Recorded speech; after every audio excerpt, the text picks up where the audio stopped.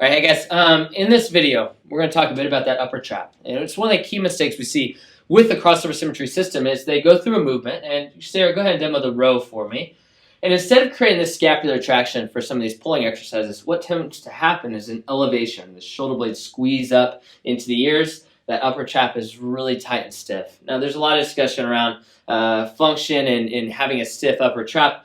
But what I want to focus on is not, hey, your upper trap's a bad thing, but how can we create better complement of that big, strong muscle with some of these other movers that help stabilize that out? So go ahead and reset for me, Sierra. Okay, so one of the best ways to help an athlete who struggles with this is give them some tactical cueing. Have them go through the movement. So go ahead and give me a row.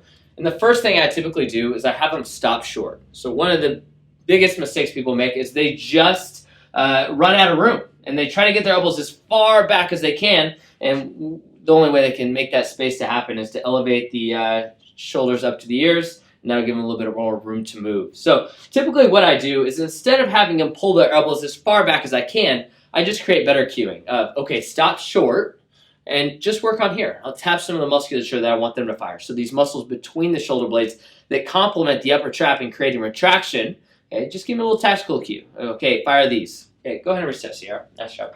All right, so we stop them short, then we give them a little bit of cueing. Sometimes it's also helpful. Go and pull back.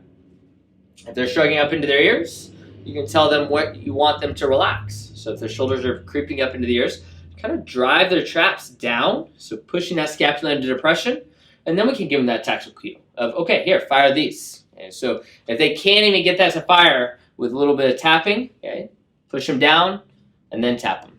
All right, reset.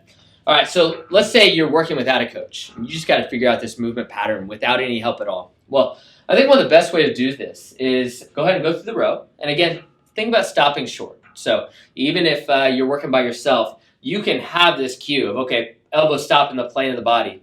Then from there, I think it's really helpful to feel the in ranges of the movement. So go ahead and shrug. Shrug as hard as you can. Pull your shoulders up into your ears. Now depress those down as hard as you can.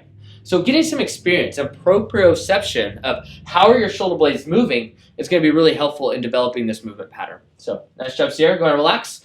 So there you go, guys. A little bit of helpful tip on how to create that movement that we want with the row and some of those other exercises that tend to create that scapular elevation or shrugging.